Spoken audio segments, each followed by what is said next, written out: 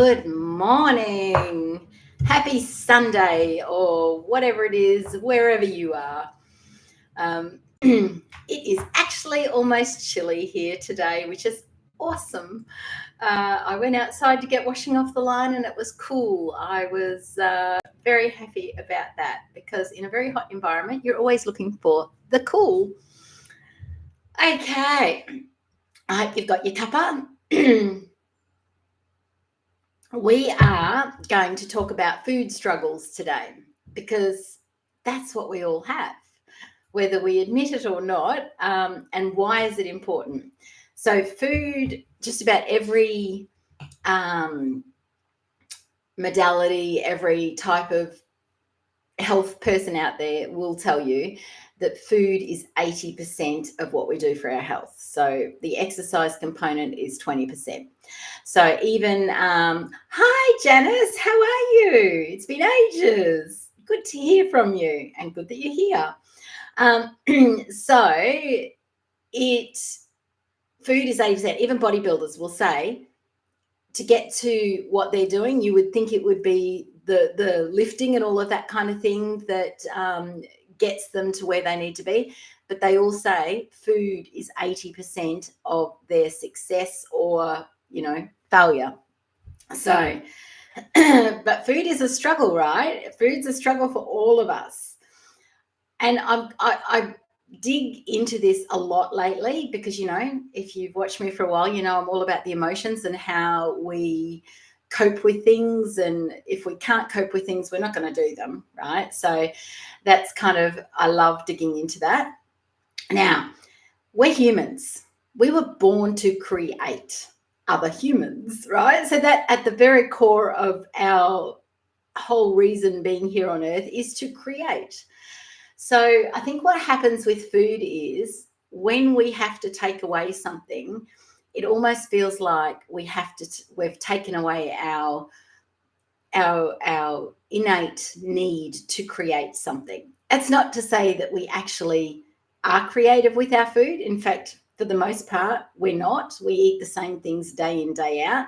But the minute we say, oh, no, we're only going to eat this certain way, it's like something happens in our amygdala, in our ancient brain, that's like, oh, you've taken away my right to create whatever I like. So just right from the get-go, we feel anxious about the fact that right to create, even though we've done it for ourselves, has been taken away. It's been taken off the table. So that in itself is uncomfortable, okay? So also the other thing, we were born also to search out the colourful things, the variety things, so that we could spot, the fruit in the tree, which was pretty rare, from our ancestors' days. But we have eyes that see colour, and so that we are looking for the colour, we're looking for the fruit, and we're looking. Trouble is now, all the colour and the exciting things in the supermarket are not the fruit. So we're born to create, we're born to search out colour and variety to get the things that we need to get. When we take away things, so like when I eat, mostly carnivore, there's not much colour involved, there's not much creativity involved. And so if you're not doing those things somewhere else, then you're going to actually, or you don't have a really, really good reason, you haven't yet connected in your head that, oh, when I eat these things, I feel terrible, I bloat, my lipedema gets out of control, my lymphedema struggles. Unless you have that really good, solid connection, you're gonna feel like, oh, well, this is no fun. And also life gets monotonous for most of us. Most of us are living a bit of a Groundhog Day. So food is kind of the relief from Groundhog Day. It's the creativity of like, why do we say, oh, what are we going to have for dinner? And we think about what's the next meal, because it's creating something. It's giving relief from our monotonous days. It's something nice to think about because you're creating. And we forget that that's what it comes back to. People, there's a lot of cultures that think about the next meal while they're eating that meal, because it's a way to create and to connect with the people that we live with the community, that kind of thing. It's why we go out for meals. It's why we meet socially over a meal, because it's creativity and connection with other people. So I'm always looking at, okay, how can we change that so that we can eat what serves our body right now? Don't forget, I'm not the person that's like, oh, hardcore this for the rest of your life. I used to be. I used to think that plant-based was the way to go for everybody forever for the rest of your life. I've learned that you have to go with what you understand about your body at any given time. And it is okay to change. It is okay. Our bodies change. Women, we go through puberty, pregnancy, and menopause. At each stage of our life, we need something different potentially. So we've got to be open-minded to that. So when you're going through a phase where you feel like you're missing out because you're eating a certain way and you're struggling with that, you've got to look to, how else can I be creative? If it's not with your food, so if you're keto as opposed to carnivore, keto gives you a lot more scope to be creative and put color in and all of those sorts of things.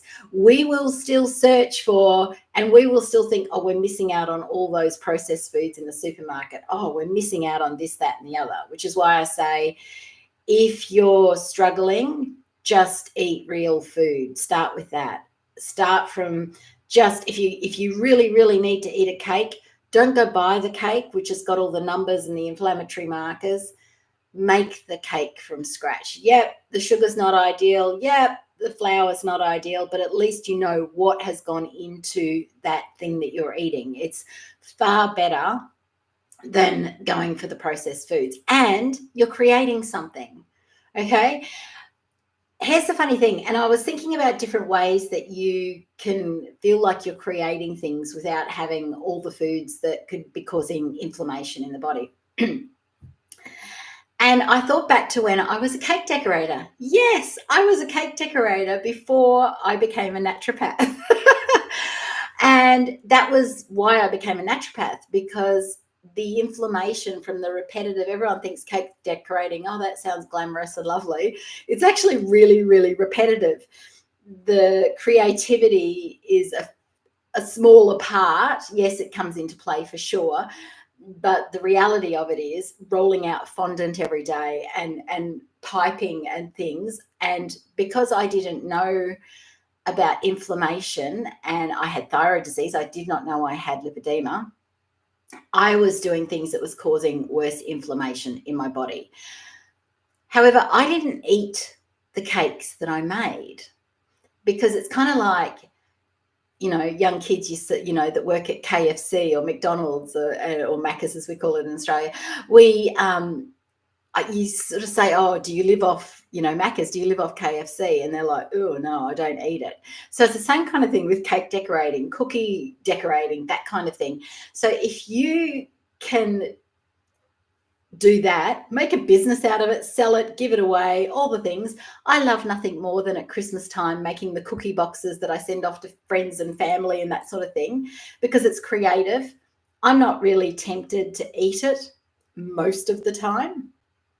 If it's been a year since I made the last lot of cookies, I will for sure try one or two. But when I was making cakes for a living, I was not even remotely interested. Once I had my recipes that were set in stone, I knew they worked, I knew they tasted good, I didn't need to. So if you can find some kind of creativity that is not going to trigger you into eating that item if it's not a good item, awesome. You'll still feel like you're creating something. And then when you're filled up from that perspective and that creativity perspective, you're less likely to reach, to worry about, oh, what am I eating for dinner? Oh, I'm having meat patties and, eggs, whatever. You actually change your thought process of thinking about that next meal, because you're creating another type of food. Now, you might be the person that doesn't need to create with food. That's awesome. I realized recently, of all the YouTube videos I watch, whether they're from, Thailand or Cambodia or overseas, it doesn't matter where they are. I love the food and travel videos, not because I want to sit and eat those foods, but because I just find food fascinating. I've been a short order cook. I've been a cake decorator. I love what you can create with food. When I was plant-based, I loved creating. God, one of my first books was a recipe book on thyroid food. And, sorry, I'm still a little unwell, but we're getting there. So just I love creating with food. So for me, I have to go, right, how am I going to create with food that's not going to derail how I know my body likes to eat and how my body responds best? Does it mean I'm perfect in eating that way? No, not at all. But I tend to, every now and again, like a couple of videos ago, if you saw it, I went to keto for the week, and I knew I wouldn't be doing it permanently. I just really, really wanted to have some green on my plate, and I bought some broccolini and some avocado and some coriander, and what else did I get? I'm not sure, but after 3 days, my whole body was itching. So I had to get rid of most of it. And avocado, I'm still doing avocado. I will buy an avocado, eat it till it's done, and then I might not get an avocado until later. So I'm kind of carnivore plus avocado these days. Avocado doesn't affect me, doesn't cause me any problems. It feels good, it tastes good. So as long as I feel good with something and nothing changes on the scale, measurements, which is why I continue to do those things, because they're my stats, they're my baseline, that's my data on, hang on a sec, look at that, my ankle measurement. So I measure my ankles because it's the cuffing on my ankles with the lipedema that is noticeable for me. And the scales, if I'm eating something that is causing inflammation. That's the first place it shows up measurement wise. So that's a data taking exercise for me. I don't do it every day, but I certainly, I step on the scales every day. That's data. I have been able to get past the fact that, is that a number? Does it reflect my work? Does it reflect how good I'm being? Does it reflect me as a person? Does it reflect whether or not I'm lovable? I've worked my way through that. I had to do the emotional work, but I've worked past that. And now it's just a number. It gives me feedback on, am I eating something that I shouldn't be? Is it causing inflammation? Because inflammation will make the scales go up in a heartbeat. It's not just necessarily fat. Which is why I also, pardon me, let me have a cuppa because that's why we're here.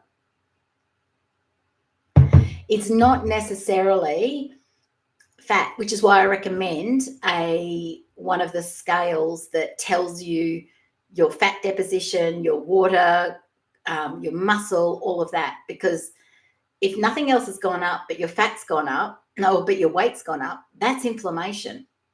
And generally it's water, because we retain water when we're inflamed as well. So I highly recommend, and they don't have to be expensive. I have got a fairly low level, I think it cost $70 Australian. So that's probably $50 US. But it then goes to an app on my phone and tells me, if I've lost weight and I look at the stats of the weight, how it's made up, and I'm dehydrated and it tells me, you've only got this much water in your body. I'm like, I didn't actually lose fat. I lost water. So it's really good from a data perspective, okay, and for inflammation. And when you know that there's a part of your body, when I was larger, measuring my waist every day, pointless. It was the same. It didn't matter what the scales did. It was the same. Whereas now I know my ankles are the area that tells me my inflammation. So that's why that's the area that, so if I'm going to try keto for a week on purpose, not last a couple of weeks ago, just because I just craved every now and again, I still crave the veggies, and I'm sure it's an emotional thing. It's like the creativity, it's the looking at how beautiful it looks on the plate. My husband, who does not eat veggies, never has, he, over the years, when I had a plant-based beautiful salad with pomegranates on it and all the lovely things that make it look amazing, he'll say, oh, that looks really nice. And I'll always say, do you want to try it? Oh, no, not interested. But his eyes visually appreciates the colors and the textures and that sort of thing. And we're designed to do that. So that's where, when you stick to a particular kind of diet, it can be a struggle. So that's where I'm like, find a way to be creative in another way. If you can make cookies for somebody and decorate them as gifts or whatever, and you're not tempted to eat the cookie, do it. It will give you joy. It will give you that variety. It will give you that visually pleasing. Oh, and it will give you that sense of community and service that you've given this to somebody else, right? Often when I make cookies and those sorts of things, they go off to my husband's workplace, which they are well received. Made me feel good that I made all these beautiful cookies, and it makes them feel good that somebody made homemade cookies, because how often do people do that these days, right? We don't have time.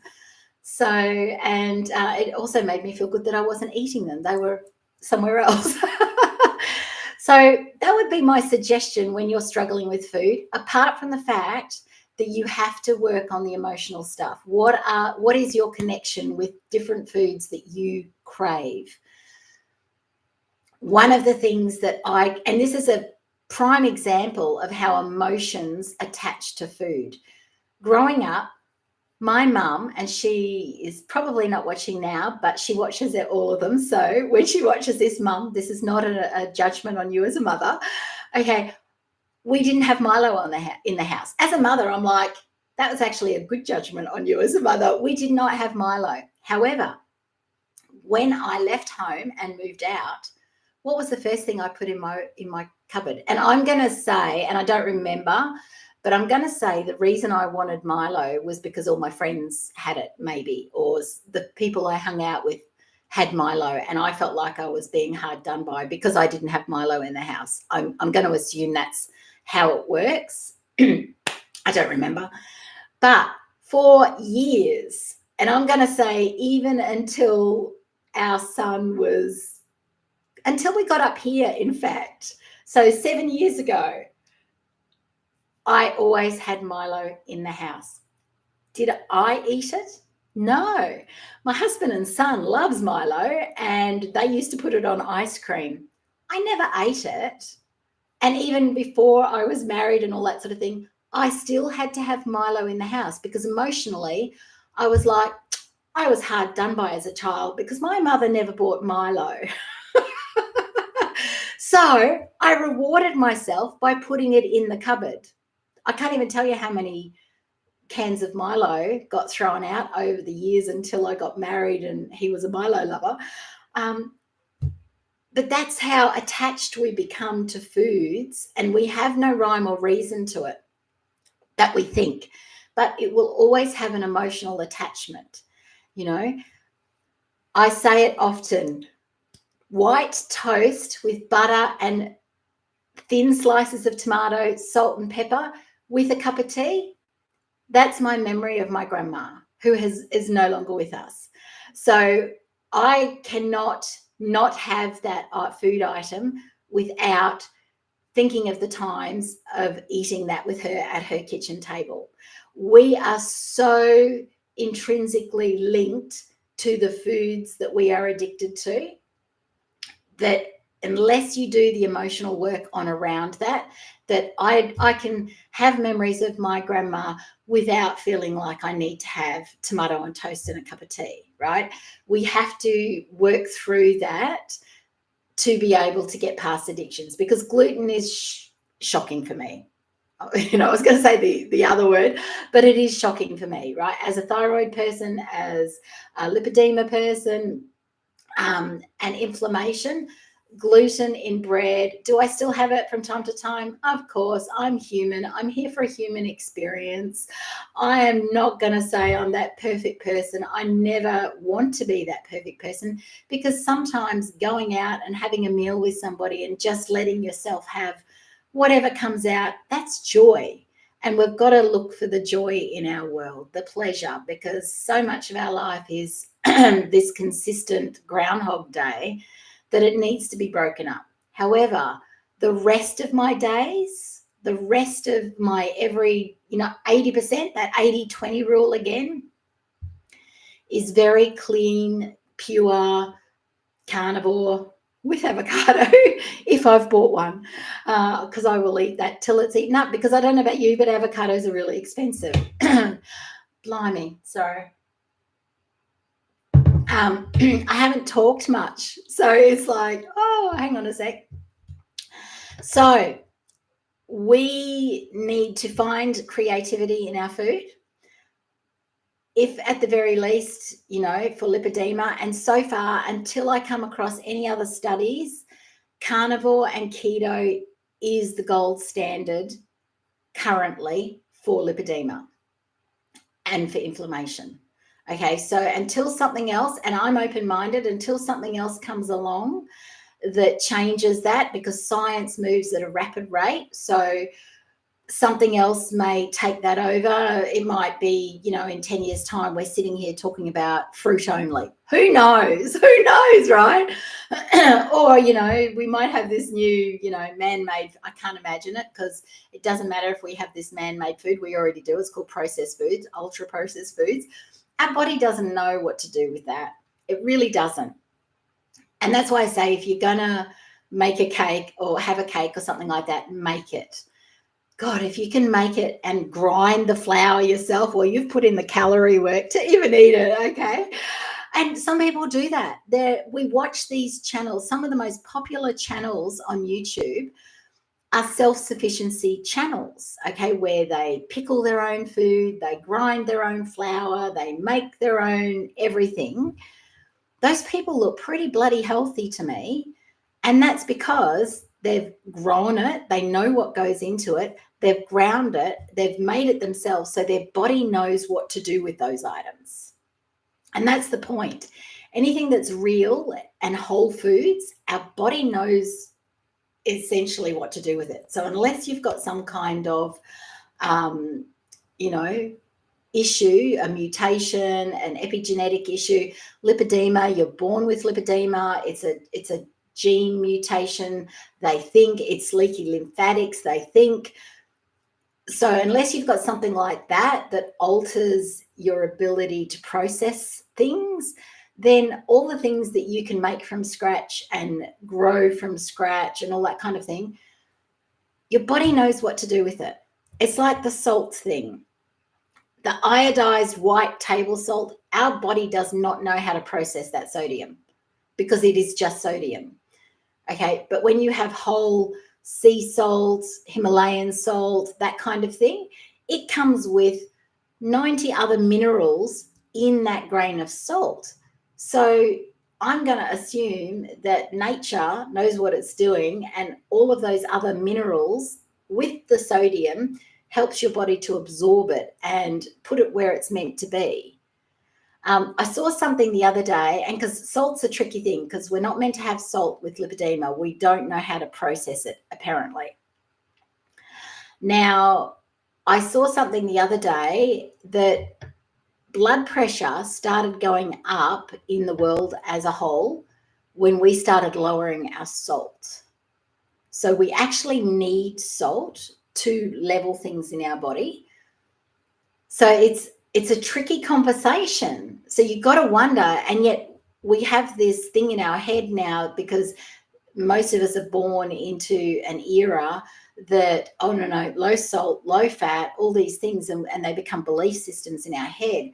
So unless you're being open-minded and following the rabbit hole for whatever your particular issues are, and testing it on yourself, I love being my own crash test dummy. I am willing to try pretty much, and I did try pretty much everything, including 4 years at college to become a naturopath and a clinical nutritionist to work myself out.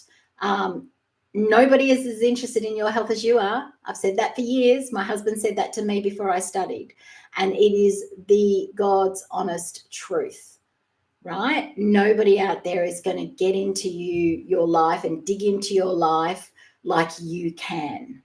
Okay, so if you're not willing to be open and look at, where do I struggle with food? Which foods are my go-to comfort foods? Because they will be attached to your emotional background, to a trauma, to a loved one, to something. There will be something like the Milo always being in the cupboard because I thought I was hard done by. I really wasn't. But we make up these stories. You know, maybe I got teased in school because we didn't have Milo and other people did. I don't remember. I don't know. But I formed this attachment to having that Milo. So unless you're willing to dig into what foods you're attached to and why, and letting go of that and doing the work that you need to do to release those issues, you're going to continuously struggle with food, right? I still struggle with food. It's an ongoing thing because food is a massive part of our world. As I said, it's our connection, it's our community, it's our creativity, it's our legal creativity. Okay, food is legal. All the other things that might, alter your brain and help you cope with whatever it is you're coping with generally aren't legal, or we know, like alcohol is really quite dangerous to our body. Doesn't matter how great it makes you feel, or no matter how much it numbs whatever it is you've got going on in your life. Food is legal. So what's the first thing we do when we're feeling crappy? What's the first thing we do when we're feeling like we want to celebrate? What's the first thing when we do when we were like we want to catch up with somebody? It's all food related. So unless we're going to dig into what our addictions are, what our emotional crutches are, and why, and release that so that it's just, I can choose to have that tomato on toast and a cup of tea as a celebration once every 6 months, once every 12 months. Having said that, gluten takes 6 months to get out of your body.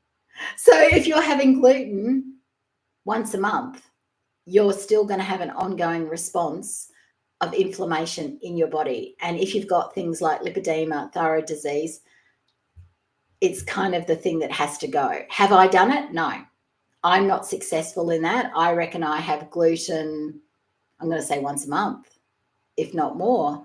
So, however, I have gotten to a point in my journey where for the most part, with what I'm doing now, my body stays the same weight. My measurements of my ankles stay the same. My mental health pretty much stays the same. That's the other thing I keep an eye on, how I'm feeling. If I'm starting to feel unmotivated, if I'm starting to feel like, I really can't be bothered doing videos or putting things on thyroid school or that sort of thing, that's a key sign for me that, what are you eating? And it's not a common thing that we go to, but it needs to be, okay? Because we all have days where we're really exhausted, really tired, can't be bothered, don't want to see people, and if that's not you at your heart, if you're turning down cups of meeting people for coffee or whatever it is that you normally enjoy, our first thought needs to go to, what am I eating? Because I can guarantee you that's what's at play if you're not normally like that. Okay, in this carnivore journey, I watched so many videos, and the number of people that have reversed their severe depression and anxiety with the carnivore diet, because they've removed all inflammatory items from their world, right, is insane. There's one particular guy who always, and he's actually promoting, or he's filming a documentary at the moment, and what's his channel name?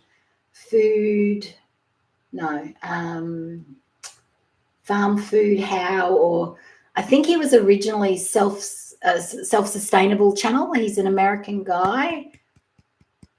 If you're still watching now at this point, I will come back and put it in the comments. I'll find out who he is. But he often holds up this bag of medications that he used to take for his severe crippling anxiety and depression. On pure carnivore, he has completely reversed that and has never had to go back to it. So there's so much evidence. That's just one. There's so much evidence out there for carnivore and keto for mental health issues that tells you when you have days where you're feeling not yourself, or you just want to cry, or you just not motivated to get off the couch or do anything. Yeah, wow, Janice, it's extremely insane. Then that's got to be our first thought. What am I eating? But it's really hard. It's simple to say that. And I have trained myself to think that way.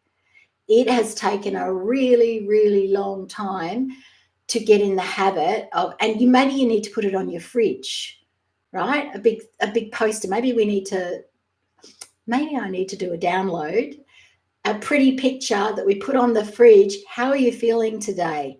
What have you been eating? Because we need to make that connection.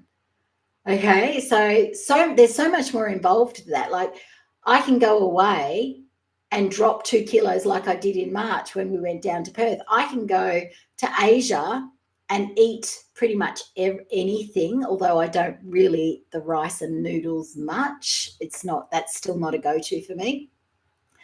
And lose weight and feel great. But is that then the lack of stress taking over from inflammation? Because stress, cortisol, is inflammatory.